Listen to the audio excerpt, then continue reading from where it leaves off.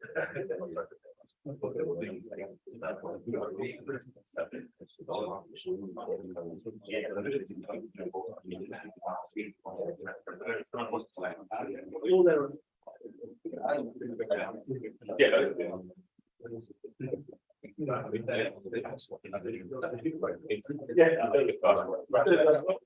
good morning, ladies and gentlemen. This is going to be live stream, so we have to stick to a certain timing. And hopefully our live stream arrangements are going to be okay. So my name is David Marsh from Huw Pill, who's the Chief Economist of the Bank of England. And we're here to talk about the outlook for the UK economy. So this is all totally on the record. People within the audience are going to be able to ask questions, the physical audience. People who are listening from some other place and looking at this are not going to be able to answer questions. They'll have to rely on the wisdom and the perspicacity of those here to put the questions. The idea is to have an interactive session. So thank you very much indeed for coming along and agreeing to do this view. I mean, it's of course a really interesting and also rather horrifying time at the moment in the world economy for reasons we don't need to talk about. So we'll be talking mostly about what's going on in the UK, starting off in what you might call the conjunctural position, where we are with the data, what's happened with the Bank of England Monetary Policy Committee recently and your outlook there. We'll obviously go into the international situation as well. We've just come back from Marrakesh, where you made a most interesting comment there. Andrew Bailey made a couple of comments there as well, so we can pick up on that in the general international environment. We'll obviously have to bear in mind the horrifying events in Israel and in Gaza, and who knows how that's going to play out. That's clearly going to be on all of our minds and may come into the interactions with policymakers as well. I want to go into the whole question about credibility of central banks after the missed targets of the last couple of years, and then we'll be talking a bit about the political situation in the UK. Not that we expect you to be able to tell us what's going to happen in politics, but the Bank of England has been the object, shall we say, not the subject, of a fair degree of political debate. So we'll come into that as well. The good thing about Huw is that he's had a career of more than 30 years. Some of it's been with the central banks, but it's not been with the Bank of England. So you've had, I think, all told, about 10 years at the European Central Bank, if you add it all up. Yes, including when it started in 1998. You've had spells at Harvard in different periods, and of course also as the Goldman Sachs UK economist. You came into the Bank of England in September 2021, just when one crisis was starting to ebb, and another one was just about to burst upon us. So you're in a very good position, I think, to give us a view of where we are in the economy. Now, starting off on that, Huw, we've had a fair number of data points lately showing that the economy is essentially flatlining. You've also pointed out in your famous Table Mountain intervention in Cape Town on the 31st of August that it might be wise to consider a pause and go along a period of plateau to keep it at a relatively high level of bank rate that we have now. And not overdo things. Your colleague Swati Dingla has said that she thinks only 20 to 25% of the monetary tightening that you've done since December 2021 has actually worked through. So could you try to string all that together tonight? And where are we now? How long is the transmission mechanism going to be working for? And do you think you're going to need to do any more tightening? Well, thank you, David. And first of all, let me say it's a great pleasure to be here. Thank you to hosting me, and also thank you for those of you who are in the room, especially for devoting an early time on a Monday morning on the first kind of cold day of autumn to come to this event. So I hope we can have a good interactive discussion. I will get to your points in more detail in a second, but I do think it's quite important, maybe not so much for people who are focused narrowly on central bank watching and the macroeconomic situation, but just to put where we are in a broader context. So as you all know, of course, I'm sure in this room, the Monetary Policy Committee has a mandate to maintain price stability. That is expressed as a target of inflation of 2%.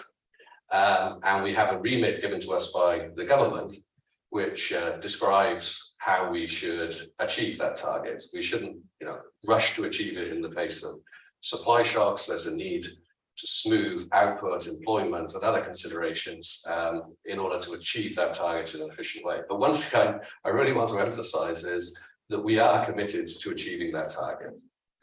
Now, that target is expressed in terms of headline inflation. Headline inflation in the UK is still well above that target. It is declining, but the mandate is not to have declining inflation. It's to achieve the 2% target on a lasting and sustainable basis. At least that's my paraphrasing of our mandate. And so we still have some work to do in order to get back to 2%. And we probably have some work to do to ensure that when we get back to 2%, we do so in a way that is sustainable through time. And the fact that inflation is now falling, headline inflation is now falling, I don't think that's neither necessary, but it's certainly not sufficient for us to be able to say the job is done, we can move on. Core inflation is coming down a little bit as well, isn't it? But not excessively. Well, I think perhaps we'll come to that in a second. I think, there is an issue here, and I think this gets to what you might understand by the words lasting and sustainable.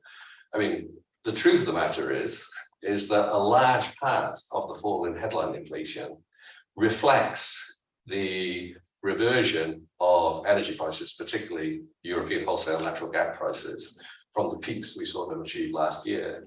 And that, both through base effects, but also that decline has had a relatively mechanical effect onto UK headline inflation. So just like the big run-up in UK headline inflation that we saw in the preceding year, to a large extent reflected external shocks, and in particular, the substantial rise in wholesale European natural gas prices that followed the invasion of Ukraine. I think we're now seeing some of that reversing. And I think what we've emphasized on the MPC has been that that's what we anticipate. Headline inflation falling is something that's clearly positive from our point of view in terms of our mandate.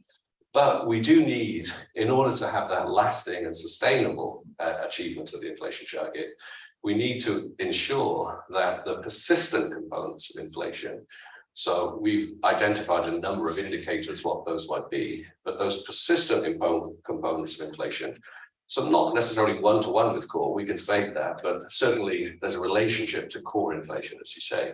Those persistent components of inflation, so what I mean by the persistent components of inflation, is that part of inflation that will still be there at the sort of 18-month to 2-year horizon when monetary policy decisions taken today, given the famous long and variable lags in transmission, have worked their way through the system. Would you buy what Swati Dingra said about the 20 to 25%? Would you put it as precisely as that? Well, I think, and I'm sure we'll come to this, I think that there are questions about how, the nature of long and variable lags is that I think it makes precise quantification difficult.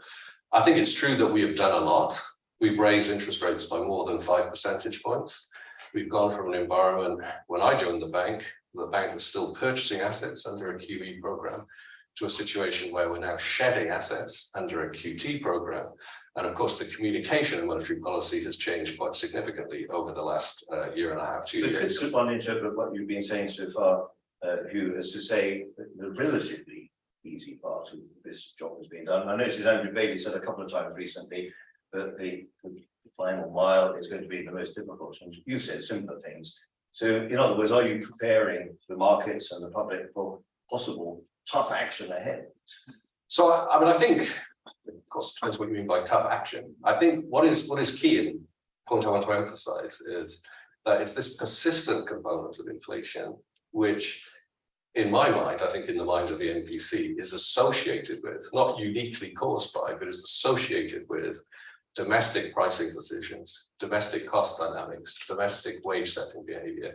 These are the sort of key indicators that we have drawn out as indicators of this persistent component of inflation. So that element, that is the key element for us to look at. That is the element that will still be there when we take any decisions taken today or in the recent past will play through. And so that's the element we need to focus on. Is that an element that will unwind of its own accord, as we've seen with the reversal of gas prices? I think history would tell you that that's less likely to reverse of its own accord, or at least if it does reverse of its own accord, it will be a much slower process. And so I think that's the focus of what we are looking at. I mean, I do feel like it's that persistent component of inflation, therefore may be harder to squeeze out of the system. And if we have a persistent component of inflation, it seems natural to me that we have a persistent monetary response to it. Because I know several people in the audience are very interested in the labour market economics. No doubt you'll get a few questions on that. But we've had quite a bit of variable data, haven't we, about what the real rate of earnings growth is. Some put it as high as more than 8%, others in the 6% area. Do you think that, partly because the economy has actually been a bit more resilient than many had expected, do you think that wage setting is still going at odds to the long-term, medium-term rate of inflation that you expect or you hope to achieve of 2%? Are wage setters out of kilter with your monetary policy target? Well, I think in the face of the set of shocks that we've seen, and we've seen very big shocks over the last few years, external shocks to the UK economy, the significant rise in internationally traded goods prices following the pandemic and the fiscal response to that in other parts of the world and the disruptions to supply. And then the rise in first energy, then food prices following the invasion of Ukraine. You've already pointed to the potential for more shocks from current geopolitical events. So, I mean, I think that set of very large external shocks to the UK economy have spawned and triggered a set of domestic behaviour. And it's that domestic behaviour in price setting, in cost set dynamics, in wage setting that threatens this system. So that very much is a focus. You are, of course, also right to say that we have highlighted wage developments as one area that is a specific indicator of how we interpret that persistent component. And there are many indicators of wage developments. And I think you're right to say they don't all point in the same way right now.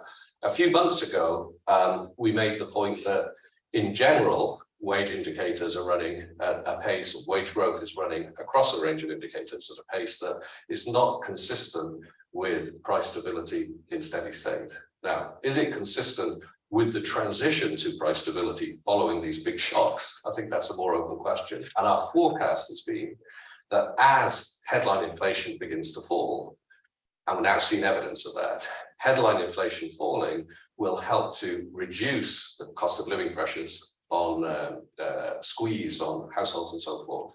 And perhaps that will ease some of the pressure in order to see slower wage growth going forward. So we've seen a sort of problematic cycle looking backwards. That cycle, hopefully, or we anticipate in our forecast, could move going forward. What I'd also say, though, sorry to interrupt, what I'd also say, though, is that if you look across indicators of wage developments, the official average weekly earnings data over the last few months, after that's the 8% or more. Yeah, that is, of course, very high. And that has tended, if anything, to surprise the upside relative to our expectations. That does look, at least on my reading, and increasingly an outlier on one direction across the range of indicators. Another indicator which historically has had quite a strong leading relationship with wider measures of wage developments in the UK economy, the KPMG REC indicator of wages for new hires. That, by contrast, seemed to be an outlier in the other direction. It was pointing to quite a significant decline in wage developments. So, of course, certainly like the classic two-handed economist. Well, I do have two hands, and I have to read data in the sense that there are data going in different directions. And of course, some of the information in those two developments will be noise, and some of it will be a signal. I think the relevant signal for us on the MPC is not what wage growth is next week or next month. It's what wage growth is on this medium-term basis. And I think if you look across another set of indicators, so we have HMRC data on PAYE,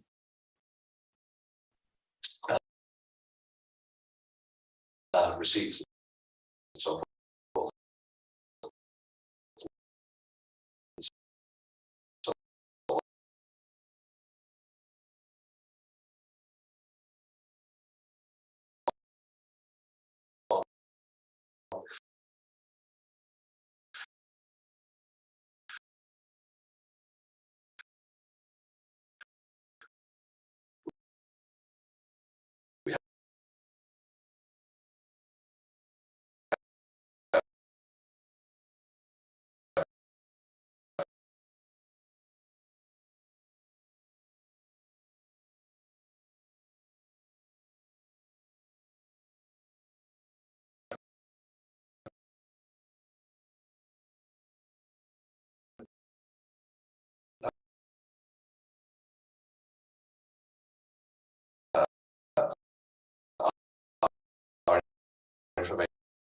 from our agents, I think they point to a contemporaneous view of wage developments, which is that they're growing at 6-7%, which I think is probably a pace which is stronger than would be consistent with the price stability of the term. It's a mixed story. I think probably the official wage, there likelihood of some easing in the direction that would be moving well, what the MPC was going to do, by looking at developing forward-looking indicators of demand in the economy. So the traditional one was PMI output.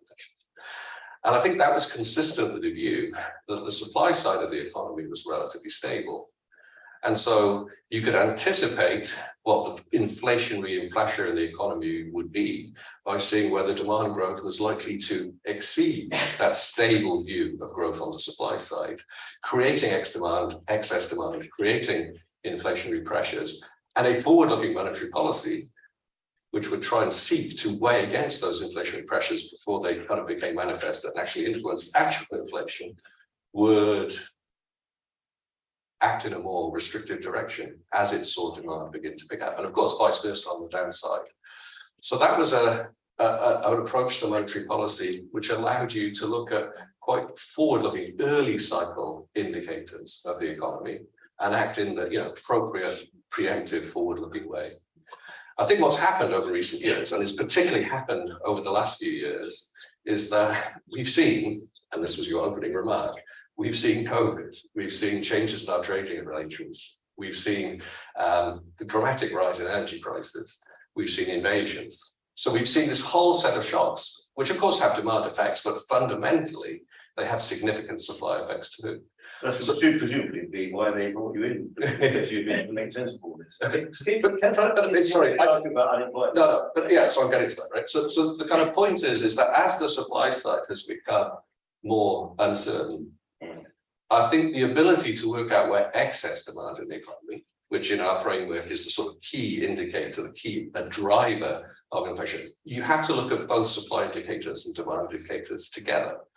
Now, post the financial crisis, uncertainties about productivity, so you remember the productivity puzzle and all that, that was the supply side phenomenon. That, I think, made you go from looking at just indicators, aggregate activity in the economy, towards looking at developments in the labour market. So increasingly unemployment became an indicator. But then, as we've seen labour supply become more uncertain, then I think we've had to go further back. And increasingly, and this is the indicators we're looking at now, we've had to go to quite late cycle indicators of inflation in the economy. So wage growth is obviously one which is there. And of course, looking at pricing behavior, services price inflation, another highlighted indicator on our part too. That's also a late cycle. I mean, it's almost inflation itself, right? Or inflation. You're looking more vacancies. Right.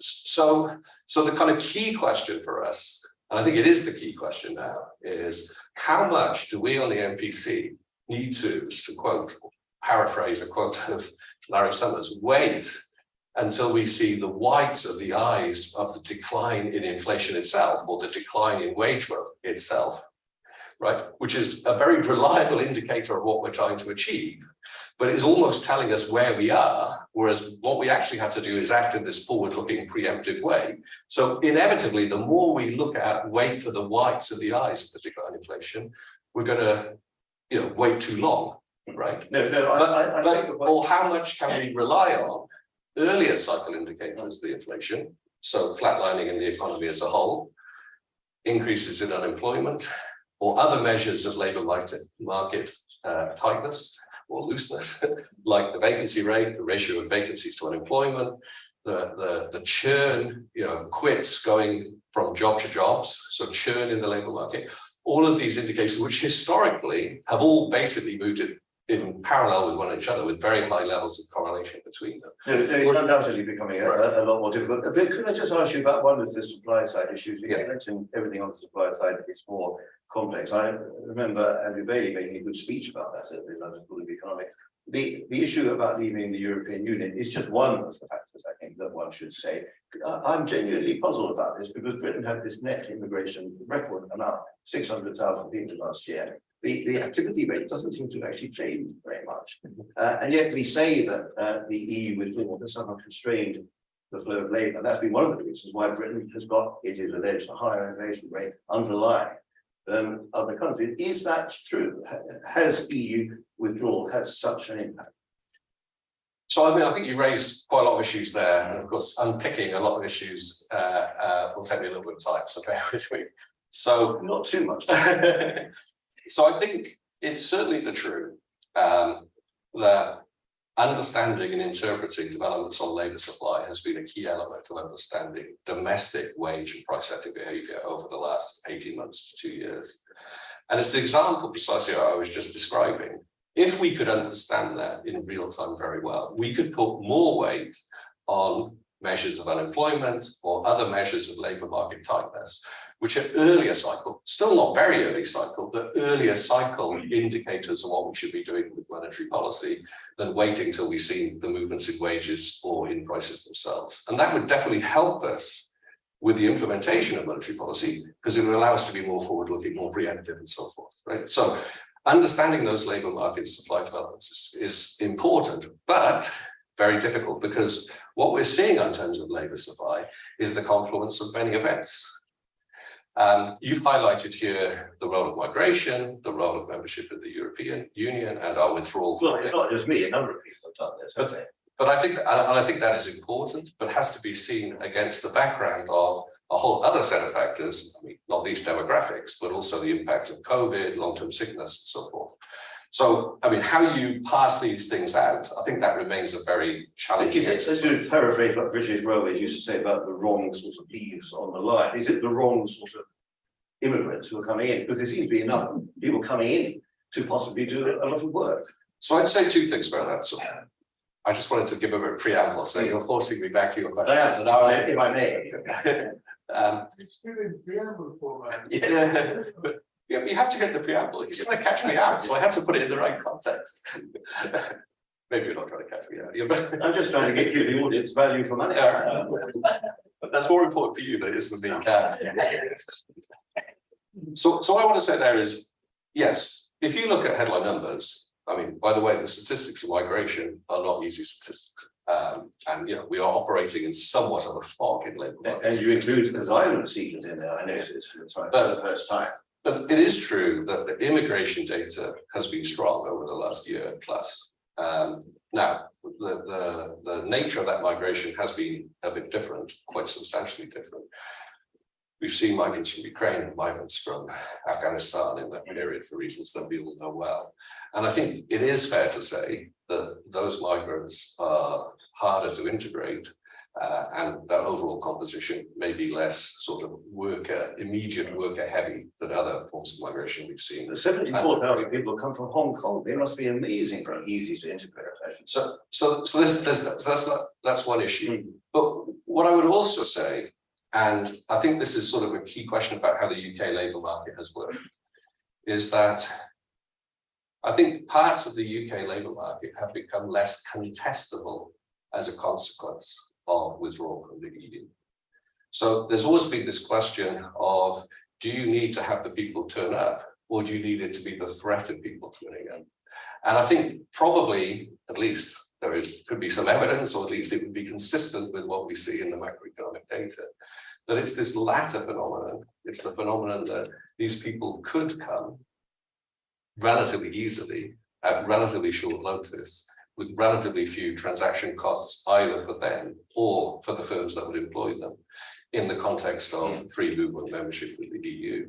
And that, if you like, threat, that's a slightly loaded. You're absolutely right. I do know stories of people who would just ring up and get hold of people from Lithuania to turn up tomorrow in Essex, and that doesn't happen. You're right. So I think it's that notion of, and it's hard to measure, and it won't be fully reflected in the numbers crossing the border at any one time. But it's that contestability in the labour market, which, I mean, some of my predecessors at the bank have in the past given eloquent speeches around how that might have, for example, flattened the Phillips curve in the UK, because higher wages. Let's just get on to one monetary policy question, and then I want to ask a few international ones, and then we'll open it up to the audience. No, because we've got lots of things to get through. Maybe design used to the London School of Economics, but everything goes on forever. We're not like that here. You've pointed out this table mountain approach, and I think the stock photos of table mountains and Matterhorns and so on, they've been sold out, haven't they, all over the internet since you made that speech in Cape Town and brought forward that concept. A lot of people pointed out it's very difficult to actually keep things on a plateau for too long, because events, dear boy, catch up with you. In your heart of hearts, Huw, you're amongst friends here. How likely is it that you can actually say, we as a central banking community, I'm talking just about the ECB, for instance, just stick to our guns over that period of time? Well, how likely is it that something will catch you out? So, I'm going to give a long answer because you asked a long question, so I can give a long answer. So we can allow you a glass of water as well, because I know we could bring over a glass of water just to kind of help you along. Because somebody give you a glass of water, and we don't want to torture you too much out there.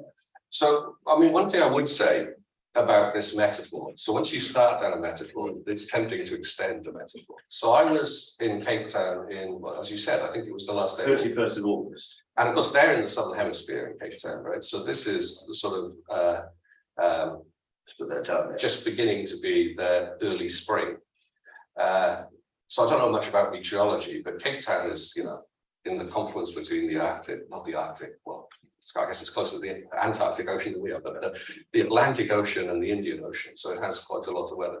So when I was at this conference centre where the South African Reserve Bank was having its conference, and you could see Table Mountain looking out the windows, it's what inspired me to say what I said.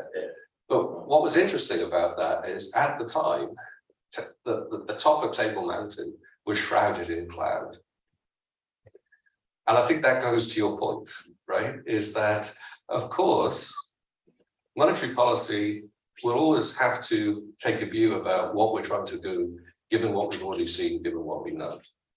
And so, what I think is important to say is that if we are facing persistent inflationary pressures, and I think we are, and I think those persistently inflationary pressures that I tried to argue earlier are absolutely key to how we should think about policy, precisely because it's their persistence that make them amenable to influence by monetary policy.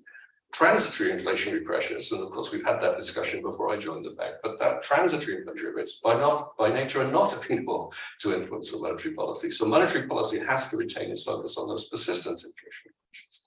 So those persistent inflationary pressures, they need to be met by a persistent monetary policy response to squeeze them out of the system.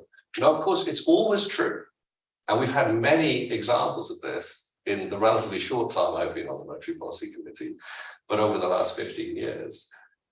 In fact, one thing has been confirmed to me during my time on the Monetary Policy Committee, it's that we do not know what the future holds. And so if we were to be hit by another significant shock, and of course, there's a long list of things one could think about, but as we know from Donald Rumsfeld, it's not the known unknowns that are the ones that get you, it's the unknown unknowns. If we're hit by another shock, of course, monetary policy and indeed other policies and other actors in the economy will respond to that and have to respond to that. I mean, the known unknowns are bad enough, aren't they? Let alone the unknown unknowns. So let me just ask you one question. Can I just say one question? Is that the microphones are ready?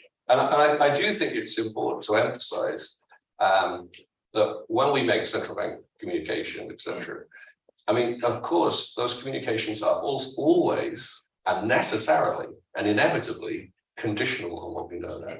Yes. So that kind of notion of table mounting, which I think was trying to send what I regard as an important signal that the fact that inflation is coming down, the fact that inflation may touch our target, so that of itself in headline measures does not validate. We need to get inflation to 2% on this lasting sustainable basis. That's why persistence of inflation is so important, and meeting persistence with a persistent response. That message to me is an important message. It is a message that's conditional on the fact that we are where we are. Well, thank If you. things change, It was a cloudy day, because otherwise they would have had a different benefit. Just one question. it's always a cloudy day for monetary policy, but yes, that's the point. I mean, it's a slightly hypothetical, but not all that hypothetical. I mean, were there to be a spike in the oil price as a result of all these really horrible developments in the Middle East? I mean, it is possible that there could be supply constraints on ships going through the Gulf of Hormuz and so on. And this could be seen as a transient, hopefully a transient blip in the oil price. Is that something which would merit the full attention of the Monetary Policy Committee, as to say this is really knocked back our hopes and our ambitions on inflation, or would you look through that? So I'm not a geopolitical expert. You are much more. Well, I just read the newspaper and watch the news like everybody else. So, I mean, we will obviously learn from those who are experts in those considerations. But I mean, my answer I'm going to give you to this will be a repetition of the answer I gave earlier. And I think it's the answer that a monetary policy has to make. Of course, we will look at shocks to the economy, be they shocks to labour supply, be they shocks to oil prices. If we don't anticipate them, they've not been incorporated into our forecasts, into our thinking. We then have to incorporate them into our forecasts and our thinking, and our forecasts and thinking will change. But the crucial thing is that we will have to take that shock and feed it through the filter or the lens or whatever metaphor you want to use, and extract from it what is the implication of that economic disturbance for persistent inflationary developments that can drive us or may keep us away from target at the horizon where monetary policy can have an effect. And that's the question we want. So it's not about knee-jerk, it's not about looking through or not looking through. You have to form some sort of assessment of, is an oil price at $150 a barrel, after which we've seen oil price at $150 a barrel in the past. So this does not take a great amount of imagination. Is that going to raise gasoline prices, petrol prices, and so forth? Is that going to imply another cost of living squeeze? Is that going to change pricing behavior, wage setting behavior, cost dynamics in the UK in a way that becomes self-sustaining, or at least induces more persistence? Well, thank you. You possibly rehearsed your speech for the next monetary policy committee, haven't you? So we've given you a good. Could I now go to a question? Let's have the gentleman from the front row. And also, since we're live streamed, it would be good if you could just identify yourself to the extent that you would like to, Adrian. And yes, and then we'll go to make that, and then we'll do others. And please speak very succinctly and loudly, just so it's picked up by everybody. Just a question about levels versus changes in general. So you've talked a lot about inflation persistence. Let's say one of those indicators is year-ahead wage expectations. Suppose they kind of remain above 5 through the turn of the year-ahead expectations. Would you infer from that that policy is sufficiently restrictive because the change is clearly going down?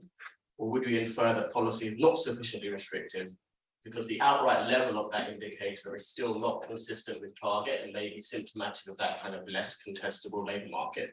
And just similarly, on that note, do you worry that it may be changes in the policy rate rather than the level of policy rates, even if that level is restrictive, that really gives you purchase over inflation persistence?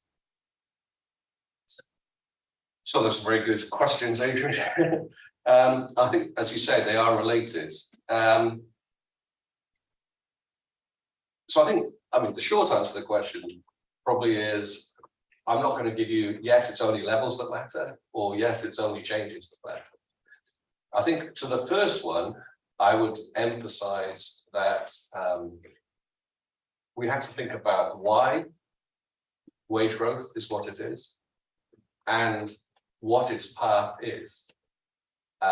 If wage growth is running at that kind of level because productivity growth in the economy is running more strongly in the past, and from a structural point of view, people point to things like technological change, generative AI, and so forth. Well, I wouldn't be rushing to say that's going to be a dramatic change in the short to medium term, but there are those who are optimists on that. Or if you think productivity growth will be higher at that sort of horizon, maybe because the sort of impediments to mobility in the labour market that grew out of the COVID era are being unwind, and that allows productivity growth to pick up as people are doing jobs to which they're more suitable. Well, then that's a very positive reason. I mean, I don't think the bank, certainly I personally do not want to be seen as someone who's against wage growth. Wage growth, stronger wage growth driven by the right reasons, by stronger productivity growth, would certainly be something I'd welcome. But of course, if wage growth is driven more by what you might call, I think my boss, my colleague, Ben Broadbent, has called real income resistance.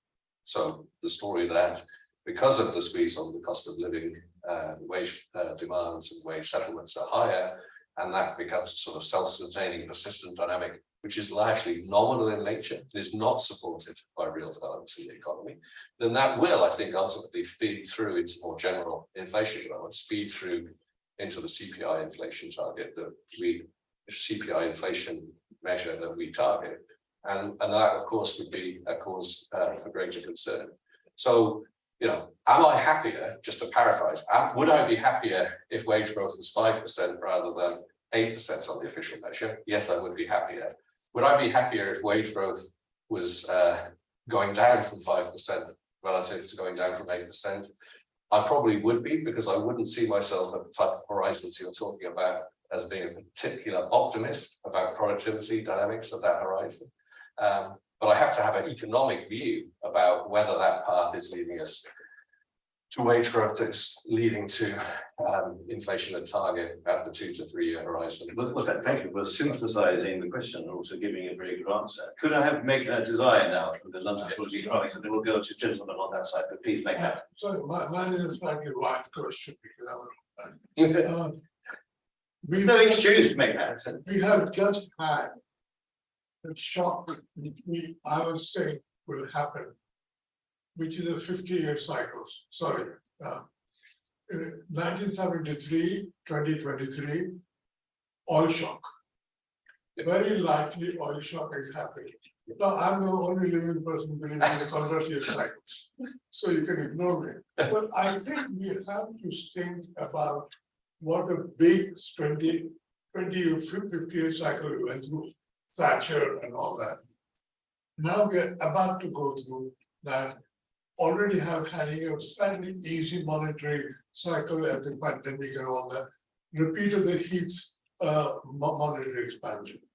Now, is there any possibility that somebody in the monetary policy committee will have slightly longer horizon than what we are used to? Yeah.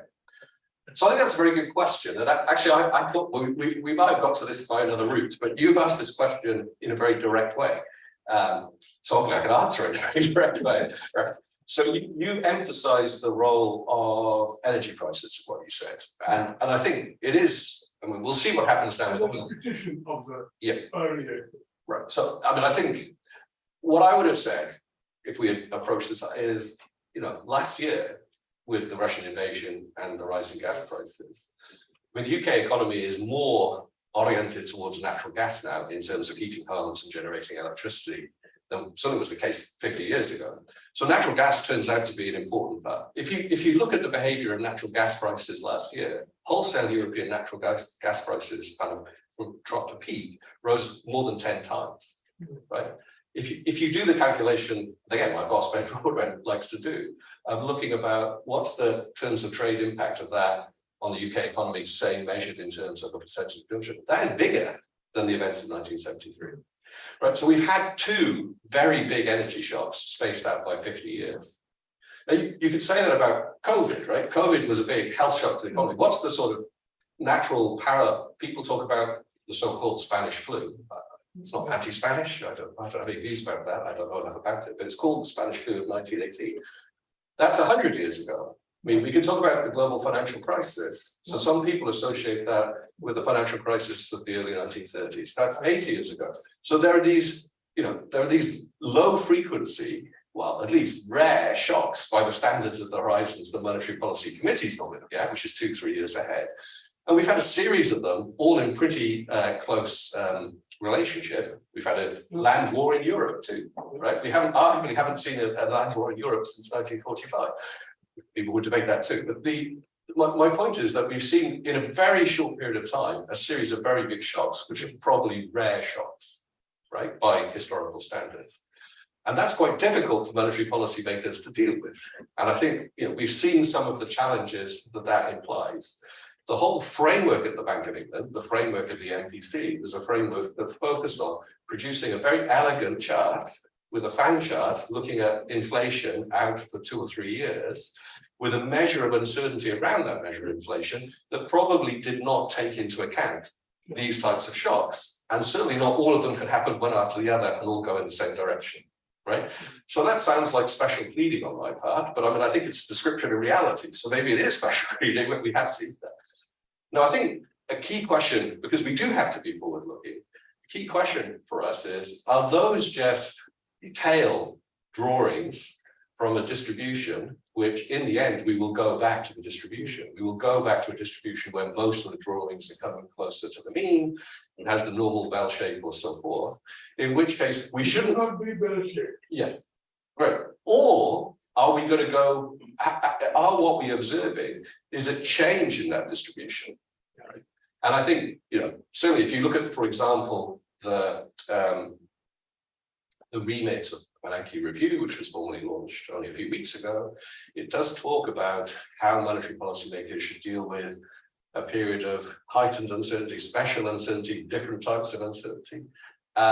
Again, underlying that challenge that is posed to Ben Bernanke, but underlying that is posed to the Monetary Policy Committee is, should we be thinking about a very different distribution of shocks with these types of events becoming more likely and maybe also skewed, right? And I think if that's the case, then that does force us to think more profoundly about whether the machinery we have been using, this famous fan chart, should we be looking at other ways? And I think, a little bit, I think what you're pushing the direction of, but your question prompts is, do we need to think about more sort of scenario type analysis? Do we need to think more about what if questions?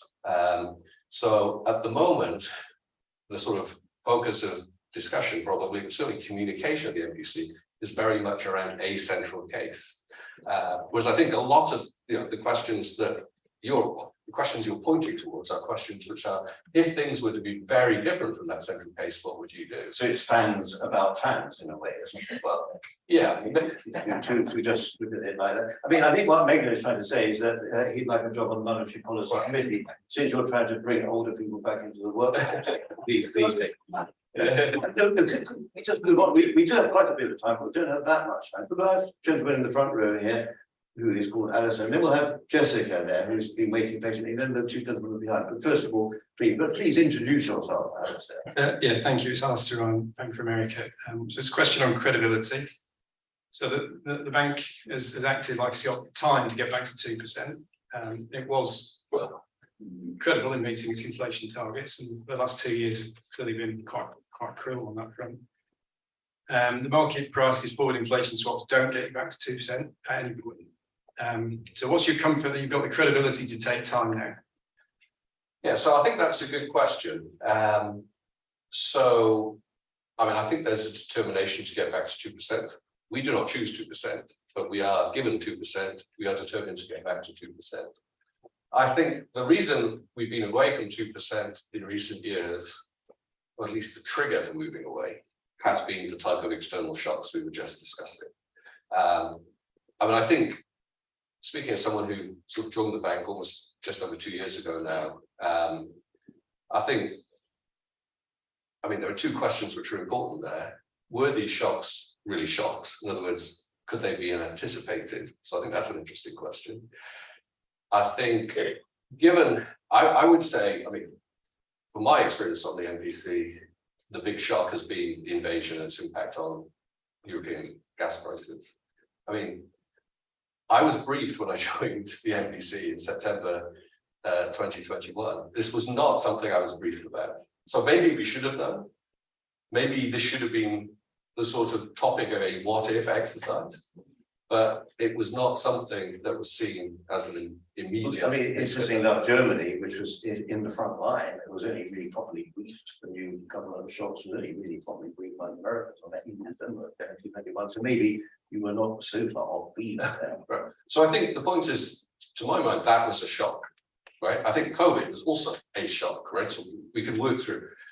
And then second, as we just said, they were big shocks, right? So I think we shouldn't be surprised that if the MPC is given a tool, which is monetary policy, which works with a lag of 18 months, and we get hit by shocks, which are genuine shocks, and they are very big shocks that influence inflationary developments with a horizon shorter than 18 months. And again, the sort of seminal case here is rise in wholesale European gas prices. Wholesale European gas prices, given the Ofgem framework and all the stuff we talked about last spring, that feeds through to UK CPI inflation with a horizon of about 3 months. Right? So the idea that we could have offset that, I mean, it was just not feasible given the parameters I have set out.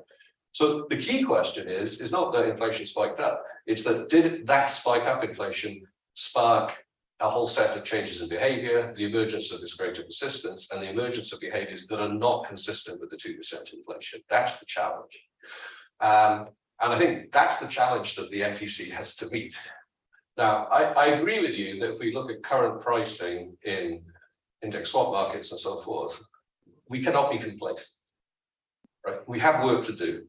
And that's why I think this notion of focusing on the persistent component of inflation, focusing on a persistent response that will squeeze that persistent component of inflation out, that leads to the discussion about table mountain and all that sort. I think that is key to what we need to do, because it is important that we do not declare victory prematurely just because movements which are relatively mechanical in headline inflation are working way through. But just before we get on to the next question, could I just interpose on this, because your own data, your polling shows that you have much credibility. That's absolutely clear. For whatever reason, we don't need to go into that, but the data show the public have less belief in you than in your ability to meet the targets than when you started doing this polling 20 or 30 years ago. Does that make you likely to more overdo it, if you say, on the tightening side? This is to paraphrase a debate going on, as you know, at ECB, whether the danger of doing too little, the danger of doing too much is about Marvel versus Ignacio Visco. Does it make you want to kind of overdo it because you've lost the credibility in the past, and therefore you have to kind of show how virtuous you are? So I don't think you ever want to overdo it, right? I mean, the MPC is always, in all times, right the way through its history in the past, as are all monetary policy makers, facing the question, have we done enough? Have we done too little? And there will always be risks of inflation leading you above target and risks of inflation leading you below target. So I know it's a trivial thing to say, but you're always seeking that Goldilocks situation where you've done just the right amount.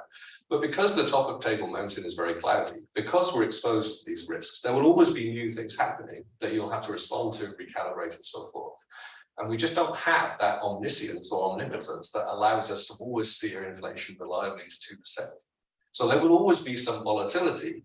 And when there's more volatility in the economy, there will be more volatility in the price. The key thing is, do we anchor inflation on average at our target? And I think we don't have room for complacency based on market indicators, or indeed some of the survey indicators, or indicators of trust in the bank. So that requires us to demonstrate, whether through actions or through language or through framework reform, through the way we communicate, all of those things can help us reestablish that.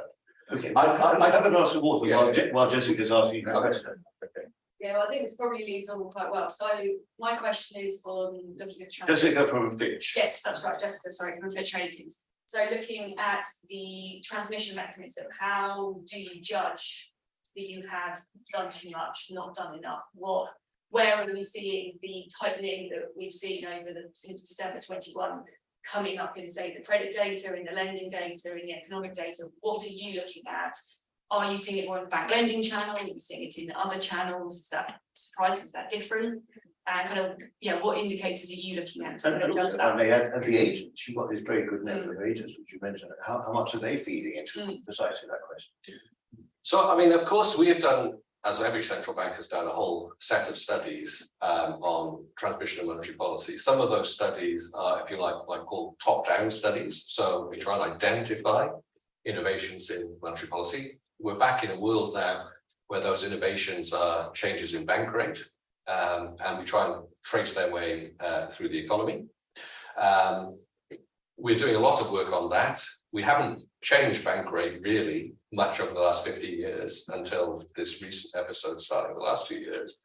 So our evidence by nature is based on experience, which is of a slightly different world with different structures in the economy. And I think as a result, that puts us in a space where we do need also to complement this sort of top-down macroeconomic perspective, which I think is the best way for us to communicate. After all, we're operating with one instrument in a macroeconomic way through economic channels, but we need to complement that by also looking at what we call bottom up and trying to look channel by channel. Now, the world there has been a little bit transformed by the availability of data and the availability of processing data. So, I mean, I worked at the bank. You didn't mention this at the beginning. Right at the very beginning, 1990 to 1992. That was another distinguished period in the bank's history. And You went out at the local elections. I'm not going to do that this time.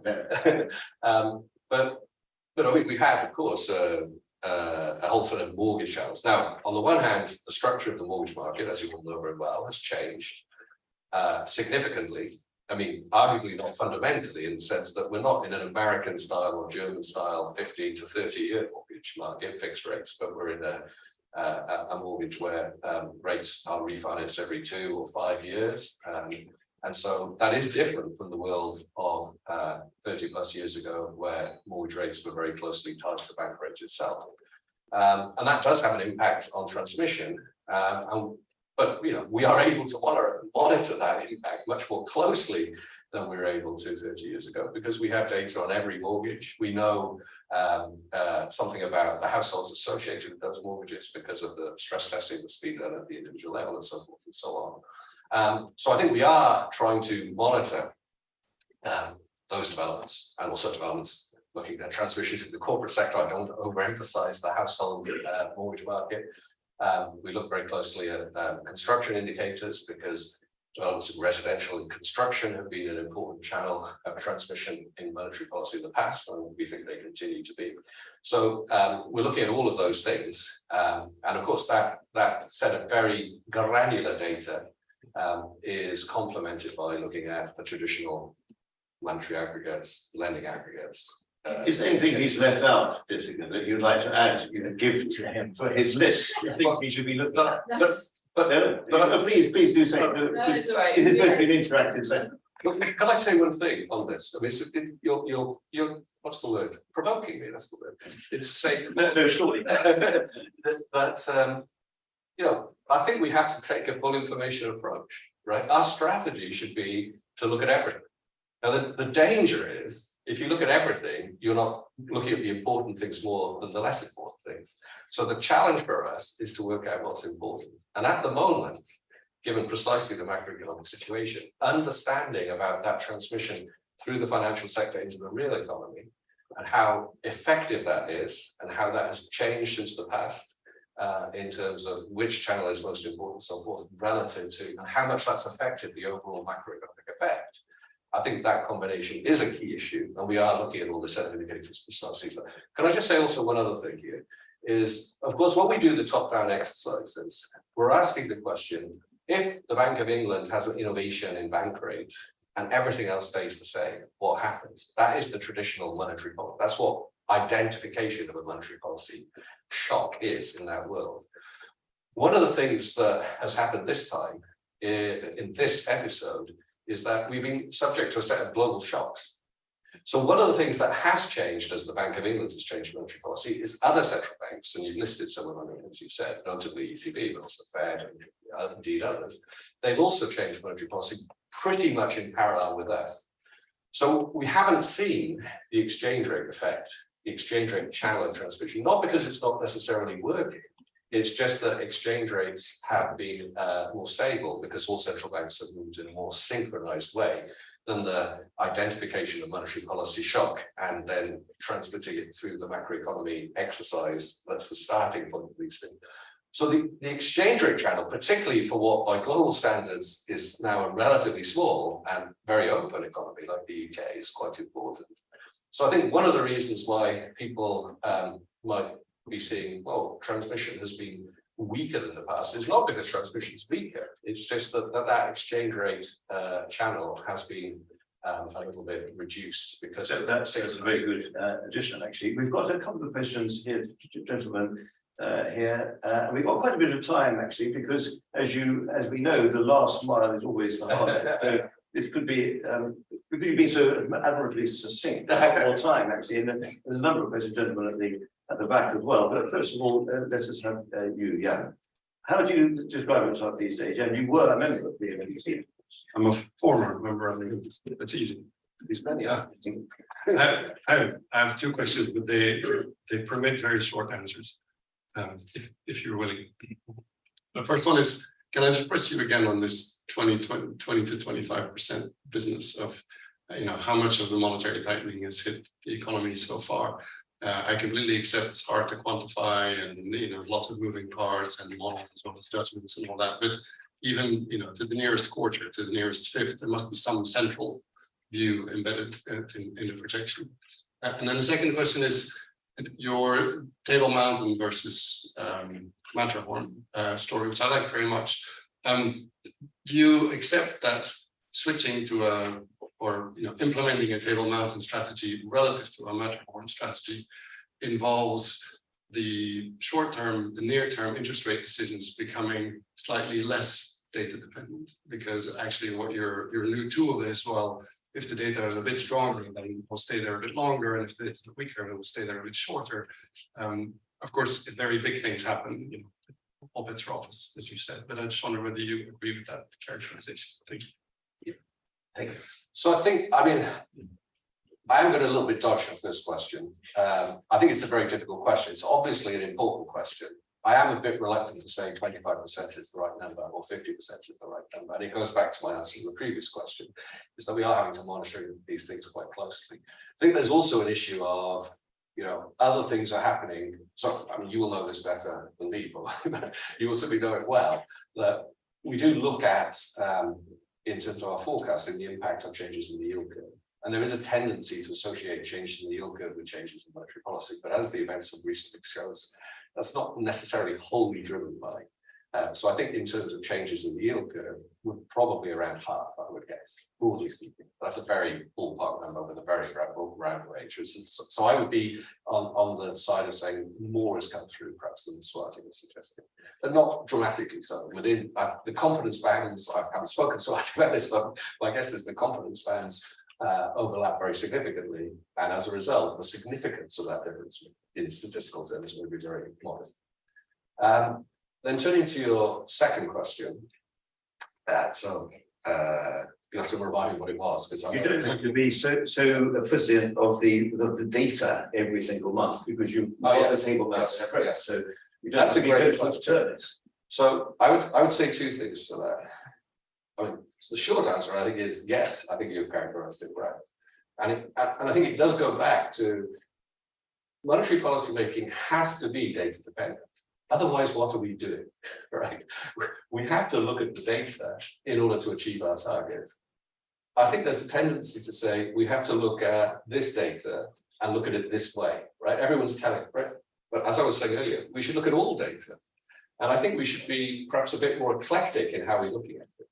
So, the traditional inflation targeting with a very centrality of a single forecast and a single fan chart, I think that has proved very effective in a more benign environment, maybe with smaller shocks or a narrower distribution of external shocks, more demand shocks than supply shocks. These are all things we've talked about. I think as we look forward, perhaps we need to be a little bit more eclectic, trying to feed all information through the sort of keyhole of a single forecast and a single fan chart. I'm not sure that has served us as well as it might have done over recent years. So, that's one of the reasons why we've talked about scenarios, we've talked about scenario planning, those types of things. The what if question is as important for trying to channel policy through financial markets into the real economy as the what is the central case. So we'll see what Professor Bernanke comes up with. It's not for me, he's an independent reviewer, he's commissioned by the court, not by me. But you're going to be talking to him, he's going to be taking evidence from you, isn't he? We have spoken, we will speak again. How much he listens to me, how much anyone ever listens to me, I don't know, right? but that's kind of how I would see it, right? Well, yeah, you've got a couple of pretty good answers to your question. No, I think you can be satisfied with that. Right.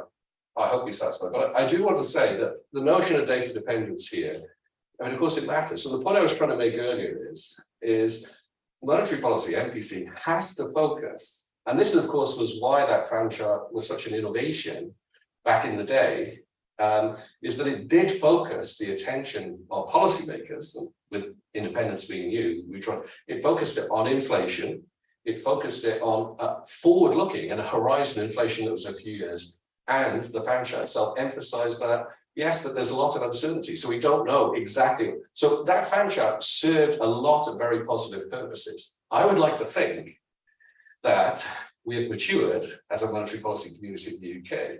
So the idea that we focus on inflation, that we recognize those uncertainty, and that we recognize that we have to be forward-looking, those are now more deeply embedded in the discussion of monetary policy in the UK. And perhaps we can, move in this. And crucially, as I was trying to say, is the key thing, in my mind at least, is of course we should look at the data. We should look at the latest data. We should understand the latest data and try and explain the latest data. But the crucial thing for a monetary policy maker to do is to extract from the latest data what is a signal about inflationary developments at the horizon where you can have an effect. So that's the persistent component. So I do worry, and I have been worried, that in moving, as we tried to do in the spring, to more explicitly a data-dependent approach with a lot of focus on a certain set of core indicators that I described earlier, is that we encourage markets to say, oh, lots of innovations in those indicators, a large part of which could be noise. We know there's noise, particularly if you think the signal you're trying to extract is that 2 to 3 horizon measure for CPI inflation. Is that so? I personally feel that markets, and perhaps the discussion of the MPC, so these are mirror images of one another, has become a bit too short term. And I think one of the reasons I gave the speech I gave was to sort of say, yes, we should be a little bit more medium-oriented. Yes, we have moved into restrictive territory. Yes, we are squeezing inflation out of the system. Yes, we are seeing those early cycle indicators feed their way through into later cycle indicators and so forth. And so the idea that in response to every innovation in a set of indicators that we highlighted, the response has to be to raise interest rates again. I think that was not serving the interests of our achievement. So I think you pointed that out quite well. So let's have the gentleman sitting next to you, Martha, and then we'll go to the gentleman at the back. And anybody else who wants to raise my attention, please just flicker your eyebrow, or just raise your finger. It's a little bit like being at an auctioneer today. So first of all, Marcus Finger, Element Capital. You mentioned supply side labor market, so I'm going to ask about the Naira, and particularly whether it's safe to assume the Naira is still at 4.3%, which I assume is still the MVOE current assumption. And let me make it more specifically 3 elements. True, wages react with a lag to the employment rate, but still is strange that wage growth has accelerated while the unemployment rate approach the current Naira assumption. And some indicator like the Indeed wage tracker show that acceleration in the UK, but not in the euro area. The second one is that the increased unemployment rate was not consistent with the message of the surveys, apart from the REC. And it came because we had an improvement in the participation rate. We couldn't, as UK economy, absorb that partial normalization of the participation rate, which was not back to the pre-pandemic. And the third is all of this happened, but now we still have vacancies above the pre-pandemic level. So there's a lot there. Those are all very good questions. So when I think about this question, I often think, sorry, I'm going to give quite an academic answer to this, which maybe is not what you're looking for. I often think about the papers that a former colleague of mine, who was actually in London last week, Anatheos Orphanides, wrote about, from the perspective of the early 2000s, about the experience of the Fed in the 1970s. And he was looking at that experience through the lens, effectively, of a kind of new Keynesian standard macroeconomic model of more or less our generation, this vintage. And of course, you see wage growth that's very strong. And you say wage growth was very strong. Demand was what it was, right? So how do you sort of square this? It must be that they overestimated supply. So they took too positive a view about the narrow and about potential growth in the economy. So as long as we're still using these types of models which associate inflation developments largely with excess demand, and maybe we move on to new models. There are other models out there, but as long as we associate those two things, when we look back on this episode in 20 or 30 years' time, and I will not be around then, but there's young people in this room, there'll certainly be plenty of people writing PhD theses and things in 20, 30 years' time who will want to do this. I mean, if they use that lens, they will say it must be that the narrow was much higher, or potential growth in the economy was much weaker. Those two things probably go hand in hand.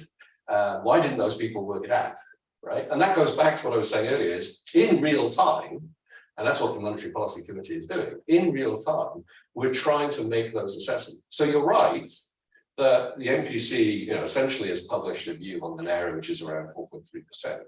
Right? That's a view that's based on kind of deep structural view of what's trend participation, what's trend productivity growth, those types of things. And we have this so-called supply stocktake exercise each year, which revisits those assumptions.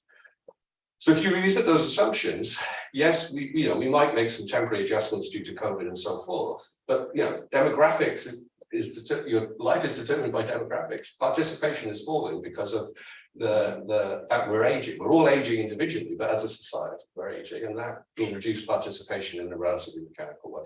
So there's a set of issues there that I think you cannot escape if you take this non-frequent statement. I think the more interesting thing, certainly the interesting thing from the real time perspective is there a notion of narrow which is a bit more cyclical? Is driven by other events, and is that moving?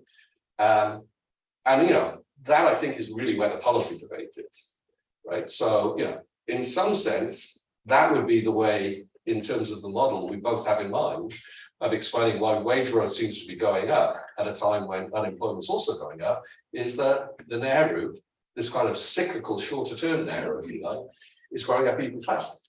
Right? That would be the way of sort of squaring that circle. Now, as I said earlier, there are lots of data issues here and so forth, so I don't want to get hung up on one individual. And why might it be that short-term narrow has gone up? Well, again, if you look back to an earlier pre-New Keynesian model sort of literature, which was very prominent at LSE in this part of the world, the sort of Laird, Nicholl, Jackman. I mean, one of the things they were arguing at that time was, in the face of a big adverse supply shock, a big deterioration in the terms of trade, based on the experience of the 1970s, what does that do? Well, higher energy prices for an importer of energy squeezes national income. And that squeeze on national income, for whether it's households who are dependent on wages for their consumption, or households that are dependent on dividends or profits for their consumption, that squeeze on national income will be affecting them. And what's their well, they will want to maintain their spending power. If you like, in the language of Ben Broadbent, there will be real income resistance, and that will tend to push to stronger prices, trying to raise the marker to compensate, or stronger wage growth to raise the wage marker, right? That is a dynamic that would lead to a higher narrow. Are these things going to be coming into the dynamic review? I presume they will be, because this idea that there should be a cyclical recalibration of the narrow is surely something very bad. Well, I mean, I think it is important to kind of keep checking here. I mean, I think one great strength of our system is that we do have this annual review where we do look at the supply side. That's a good discipline. So I think other central banks, as you say, I worked like central banks, actually can learn something from that experience. This is something I've seen the value of in my relatively short time at the NBC. We'll let them know. But what I'd also say is that there are also some dangers that you say, oh, we're going to do a supply stocktake once a year. So let's push all the supply, all the narrow stuff into that. And maybe, especially in an environment where COVID is affecting labor supply through some of the channels we've touched on, where these adverse terms of trade effects and their impact on national income, they have been very quick and very massive last year, right? So it could be that we see an impact on the narrow, which is actually, if you like, within year, not just between year. And that's the thing that if you attribute, just because you haven't done your supply stocktake, everything within year to demand effects, that can lead you astray. And we'll see this Bernanke review before what we believe will be the next election, which will probably be in October. Or if there was to be a May election, would we have the Bernanke review in time for that, do you think? I know you don't like talking about the future because it's all uncertain. Well, I mean, I've talked quite a lot about the future. Yeah. I don't like talking about politics for sure, so I'm not going to talk about politics. So, but when do you expect the Bernanke review? And well, I don't particularly like talking about that because that's for him. I mean, he's independent and all good things, and he's commissioned by the court, of which I'm not a member. But I would hope that we would be able to see something and act on it, hopefully, relatively promptly in the spring. Good. So let's have Jeff from the back there. And Jeff works with the TUC, and then we'll go to the front. There'll be time for about 2 other questions after that. So do reserve a few good questions for you as he goes into the last mile, which is always the most painful, the most difficult, as we know. Okay, thank you. So yeah, I'm Jeff Tiley from the Trade Union Congress. As Huw knows, the TUC is concerned with the severity of the monetary tightening, and basically once more the idea that workers have to be poorer to fix the economy that suits so well the wealthy. But my specific question, I think, concerns unemployment, which we were talking about earlier. The chair was pressing on it, and I know we've just talked about the narrative, but let's talk about numbers. Because it seems to me, looking at your last forecast, that the rapidity of the rise in unemployment since your last forecast is a bit unexpected. And then I go back to Swati Dhingra, the excellent Swati Dhingra, as far as we're concerned, point that only 20 to 25% of that increase might have come through. Maybe we're looking at a rise in unemployment of about 1 million or around 1 million. I just wondered if you had any comments. Well, no, thank you. Yeah, so let me, I won't dwell on the first thing you said. I mean, I think the crucial thing there is monetary policy has been tasked to attain and maintain price stability. That's been kind of where we're starting from. And I think it is important, and it goes a bit to the credibility issue, that we do remain focused on that. And of course, I recognize that both the shocks that have hit the economy have had important distributional effects, both between countries, that's the nature of the terms of trade effect, but also within countries. And certainly the MPC, I think, is very cognizant that the cost of living squeeze created by higher energy prices, higher food prices, and so forth, has fallen more heavily on the less well-off parts of society.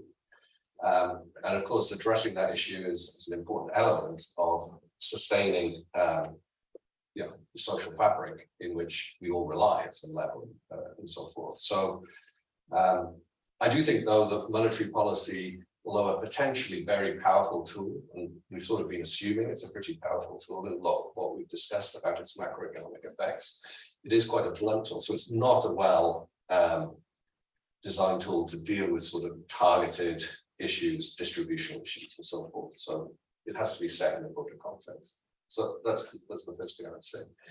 I mean, in terms of unemployment and so forth, and it does go to the points that were made, which we didn't touch on, but David also raised them earlier, is the key thing for us is we need to get headline inflation back to 2% on a lasting and sustainable basis. That is our mandate, that is our remit, that is what we have to achieve. In order to do that, of course, we need to ensure that macroeconomic developments in terms of price setting, wage setting, margin behavior, market behavior, all those sort of things are compatible with that. I don't think the way to achieve that is by driving up unemployment. I do think, though, that the functioning of the labour market is an important element of how that will play out. It is an important channel of transmission, to the arguments we made earlier. It's not the only channel of transmission, it's important.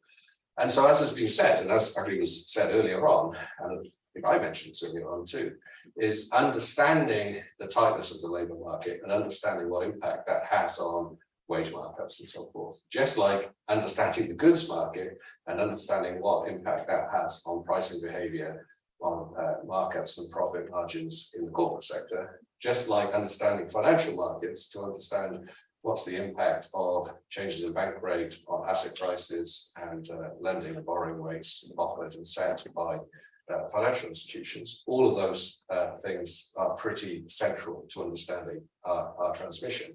And at the moment, whether the tightness in the labour market is better reflected in the unemployment gap, which, to use the language that's used here, is the difference between unemployment and the NAIRU, where the NAIRU is very difficult to understand what it is, or it's better reflected in the level of vacancies, or the ratio of vacancies to unemployment, or the number of quits in the economy, or the job-to-job flows in the economy. These are all indications which historically have actually moved quite closely together.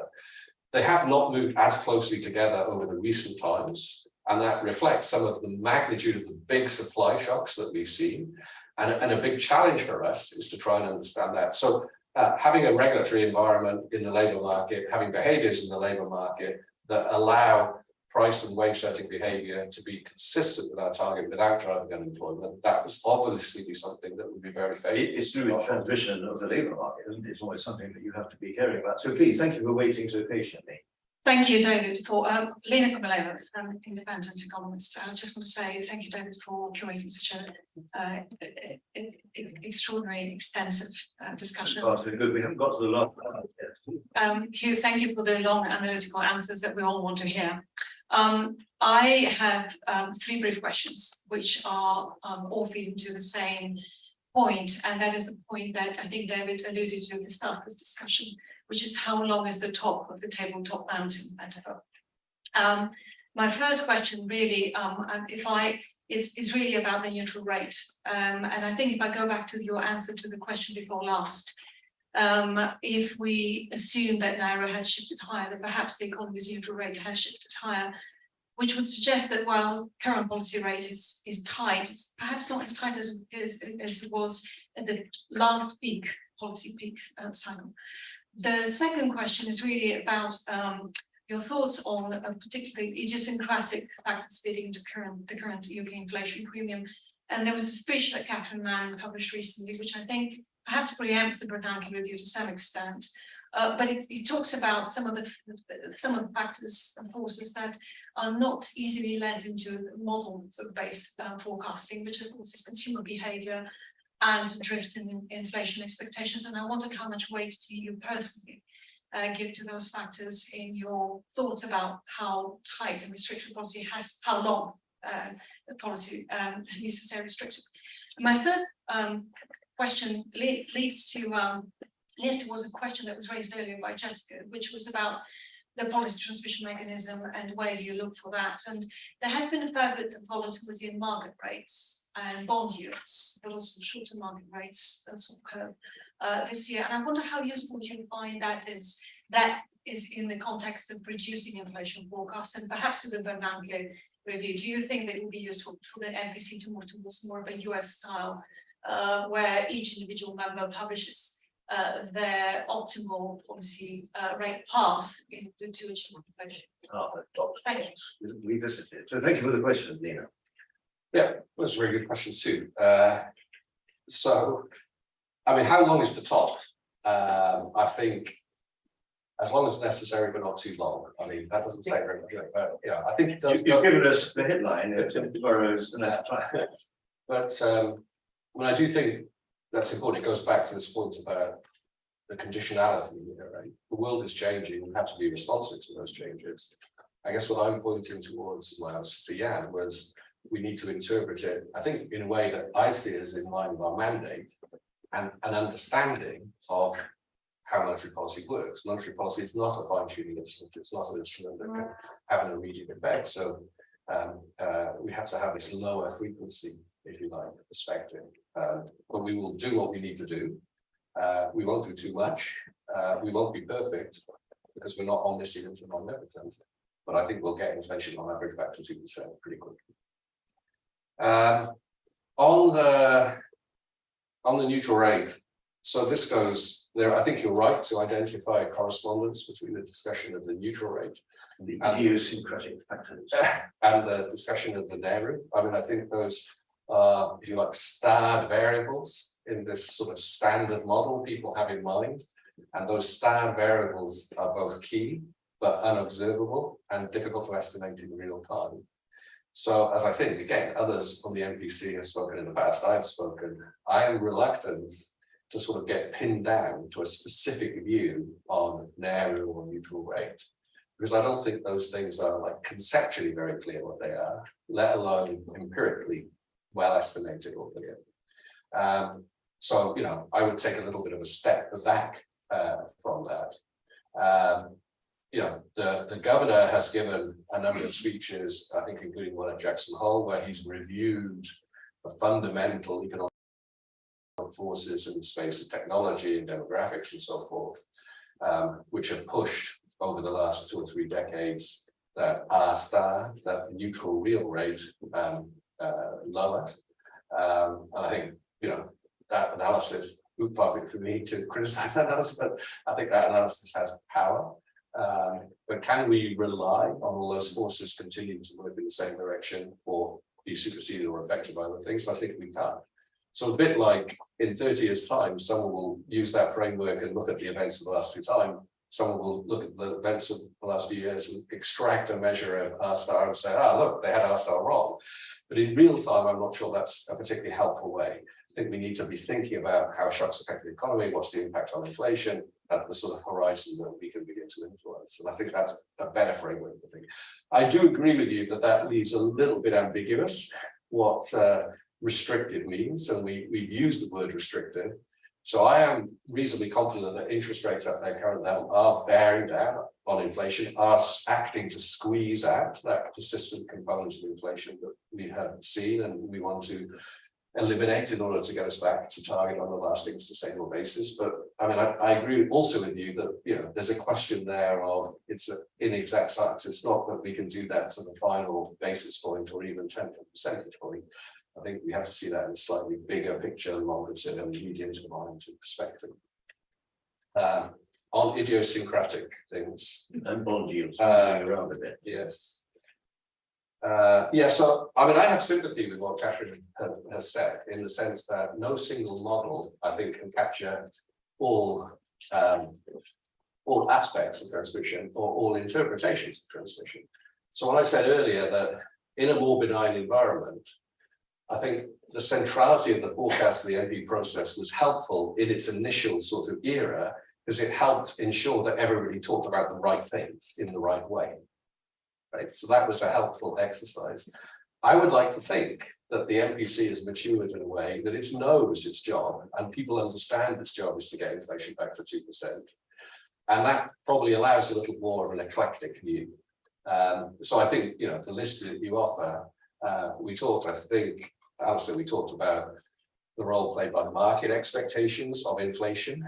The way I see those market expectations is they may or may not be compatible with the assumptions underlying our forecast, but they offer a very useful cross-check because if they are not, you know, consistent with 2% in a completely reliable way, we can have a debate about that. That means that we don't have room for complacency, and I think that was the essence of my argument or my response to some of the things that Alistair mentioned earlier. I mean, as some of you know, I spent a long time working at the ECB, that was mentioned earlier. And, you know, I was an advocate of, and I remain an advocate of, also looking at monetary and financial variables. Those are hard to integrate, you know, closely into the forecasting framework. They are to some extent, but underlying nominal trends reflected in monetary and credit developments, I think, are things that central banks should not be indifferent to and can see as a cross-check to their. That was the initial strategy, wasn't it, when you joined in 1998, the cross-checking between the 2 pillars. That's slightly gone out of fashion. Yeah, but I do think cross-checking and trying to build the robustness and asking what-if questions and trying to reflect that, I think, is probably what monetary policy needs to embrace more if we are to face these, you know, bigger shocks, harder to predict shocks, lower. Bigger but less frequent shocks, if that's the right way. So the world of lots of little shocks and responding to them at high frequency, that was a world that the MPC navigated extremely successfully for a very long time in the Great Moderation, in the nice decade and so forth. If we're in a different world with a different distribution of shocks, maybe MPC needs to behave a little bit. If I may just come on in the final 5 minutes to this issue of politics and its events, dear boy, events, isn't it? And this is not something that you have any control over, but these bond yields moving around a bit, as Leland was saying, that's something which we saw a year ago. And it boils down to how much scarring there might be in what we might call the British macroeconomic policy making establishment as a result of that, and how much credibility might have been lost in the view of international markets. You have the Nick Macpherson view on the one side. You might say that he would say that wouldn't be, but he thinks there is some scarring. You've got the Dave Ramsden view. You might say he would say that wouldn't be. You think this has been overcome because UK macroeconomics PLC has rallied round. But there's still, next year, there's going to be an election.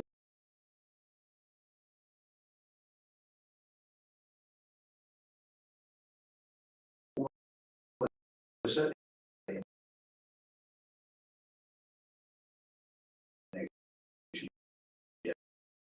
we don't know where it's going to be exactly, and they may well be kind of rush.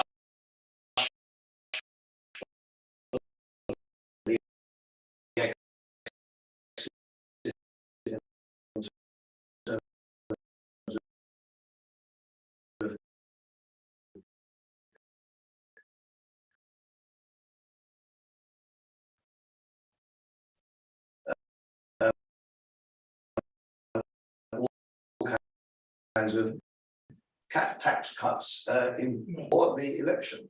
It might likely to have that. The Bank of England capable of making some comments. This is something like called UK view to this, and I'm not going to have the need for what if type exits. I'm not going to get into discussing what if around the political space. I think for reasons that you will understand. So what I would say, and I'm not sure this is acting to try and create a framework around the debate you described between Sir Dave and Sir Nick. or Lord.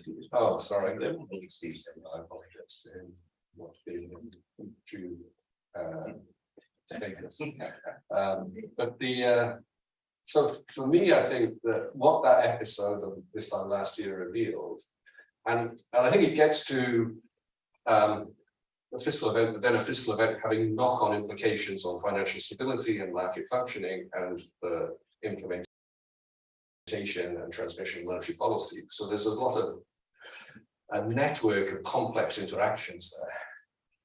What I would say, with a considerable benefit of hindsight, is that we should take away from that episode is that there is some fine-tuning, and I've hinted towards at least where I would see some fine-tuning we might think about doing in the way the bank communicates, the MPC communicates. That's sort of within our power to try and improve on the basis of the lessons we've drawn from recent experience. That was what I was trying to say a moment ago. But there's a lot of strength in the basic macroeconomic framework that the UK is operating in. And I think at the heart of that framework is well-identified objectives with independent actors given policy instruments that can serve and achieve those well-identified objectives, and a recognition that there's a need for communication and openness, transparency across the various actors, but also a need to respect others' independence in that, because acting in that way can build credibility and lead to good outcomes. So what do I look back and think about is, when I think about that episode, I mean, I think it was unfortunate, with the benefit of hindsight, that the Office of Budget Responsibility was not given or not allowed to play the role that it was originally intended to do. And I think that came with, as a surprise, and a difficult one for financial markets. So there was a repricing as a consequence of that. That repricing may have then led or triggered or been the catalyst for some market dynamics, which created financial stability and market functioning issues, which then, by nature, given that we were about to enter a phase of selling bonds as part of our QT program, some implications for the presentation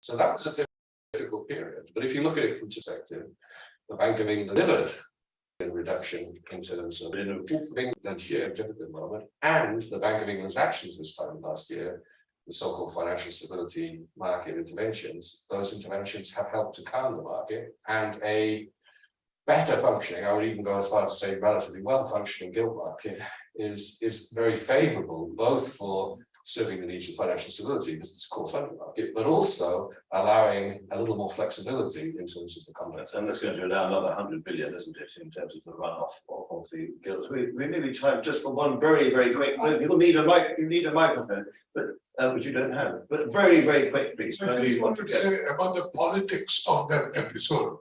Thank God for financial markets. They work much faster and much better than the politicians work. Thank you. You don't really want to comment on that, probably. No, you don't have. One thing I would say, and again, you don't have to comment on it, but I do think it's very good that the present government of the Bank of England is staying out of politics. I don't think it's a very good idea for the Bank of England to get involved, particularly in a pre-election timetable. So we've got to 11 o'clock, we've heard the bells strike, we know you've got to get off to another appointment, but thank you very much indeed for you. It's been a very good interactive discussion. I think we will learn from them for that. Thank you very